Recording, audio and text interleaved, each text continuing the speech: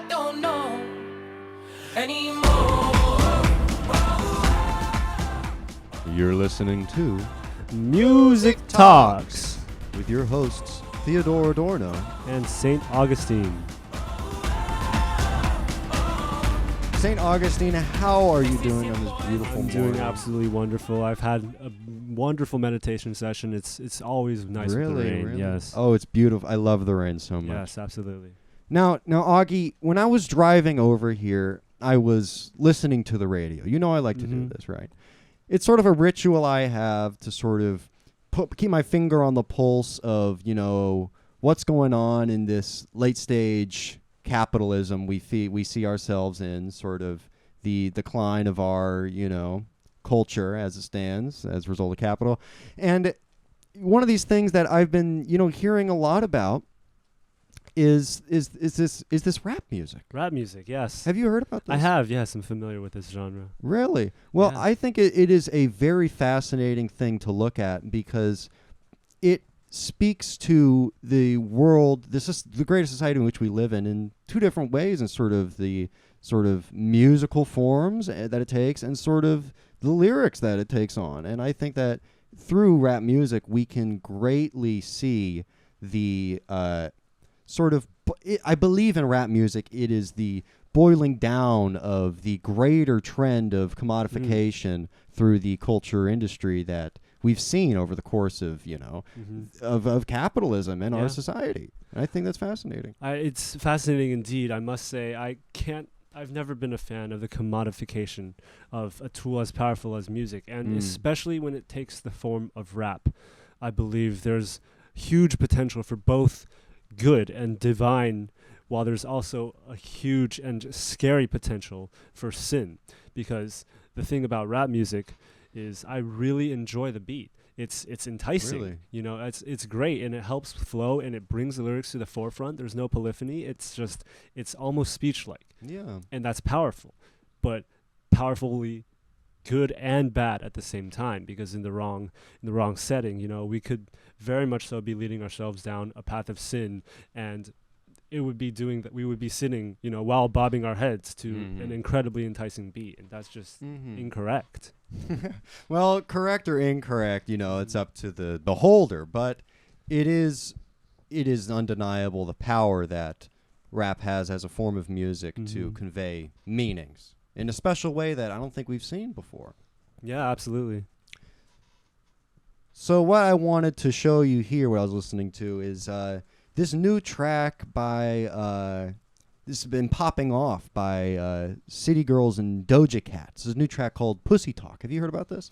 I have not, but the title has already made me skeptical. Piqued your interest, right? Sure. It's very fascinating because I think within this we can see sort of it reflects sort of the greater conditions in which rap exists. And I think through analyzing it musically and lyrically, then we can really get a sense of not only, you know, what the song is trying to convey, but sort of the greater scope in which this song has been made and consumed in the world we live in today, you know? Okay. So let's hear it. This is Pussy Talk by City Girls and Doja Cat. Southside on the track, yeah.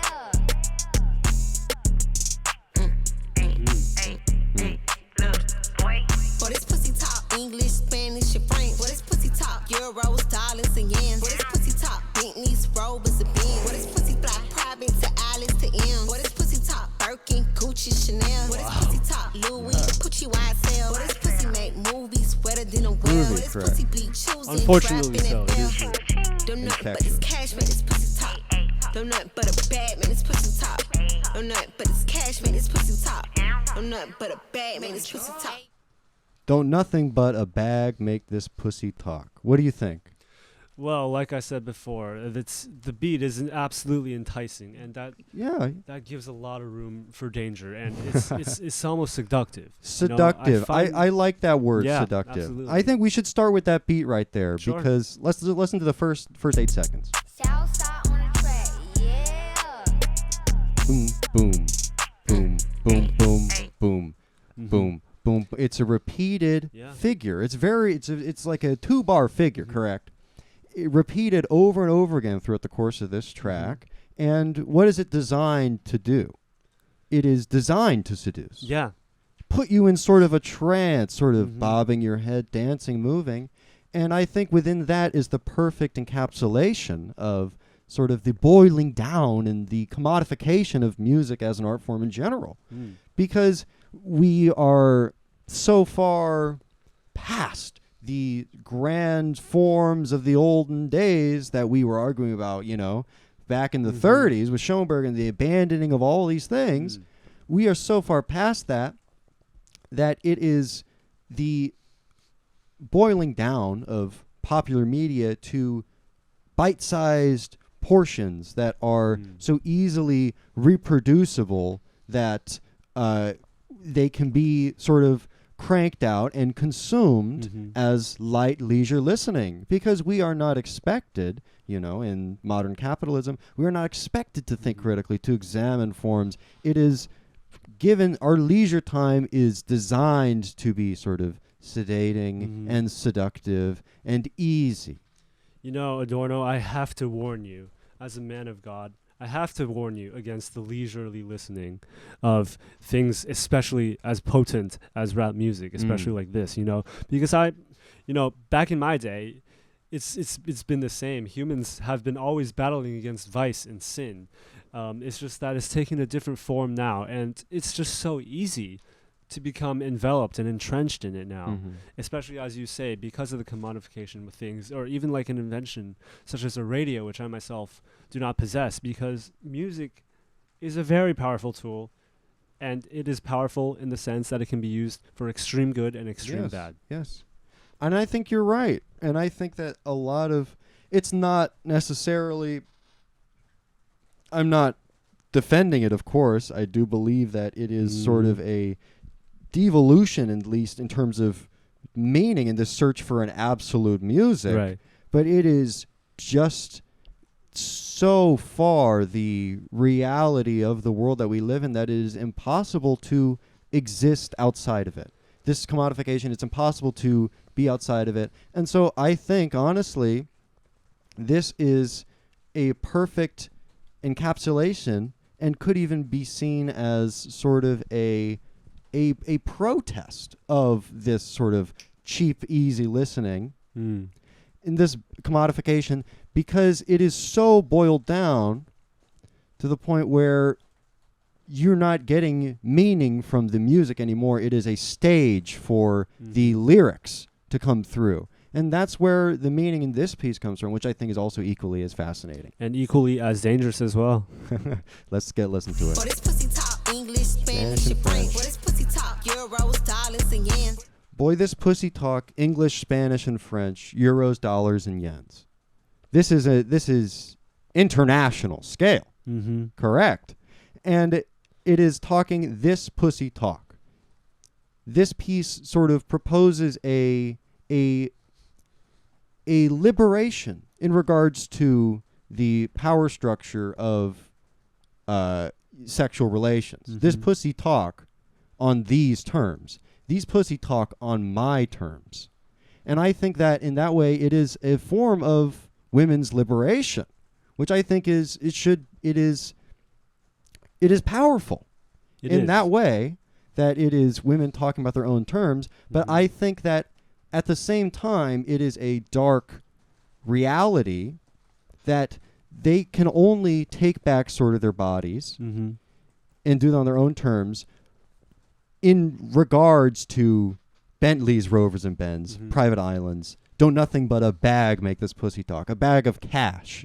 Because our lives are so subsumed by capital that we can no longer find what we need as humans, these connections, these interpersonal connections, emotional support, physical relations. We can no longer conceive of these things devoid, entirely without capital.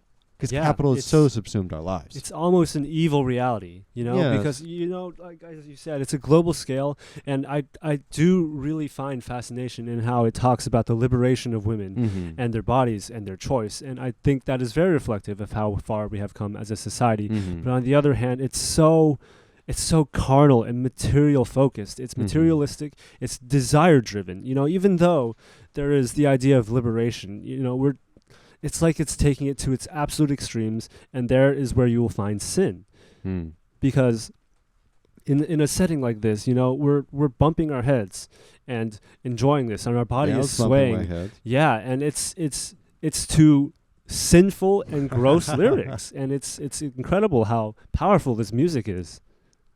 I think that you've made some fascinating points. Yeah.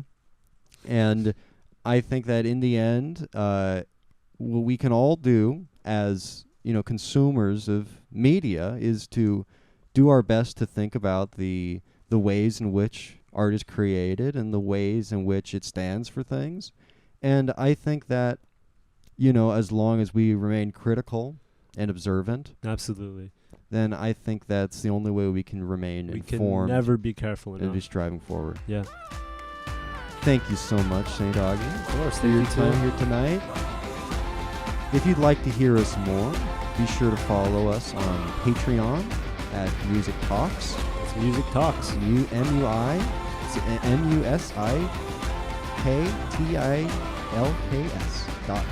at Patreon. Look us up and support us on there. We're also on YouTube and Spotify and iTunes. Am I missing anything? Nope, that's everything. We'll see you guys next time. See you guys next time. Be sure to tune in.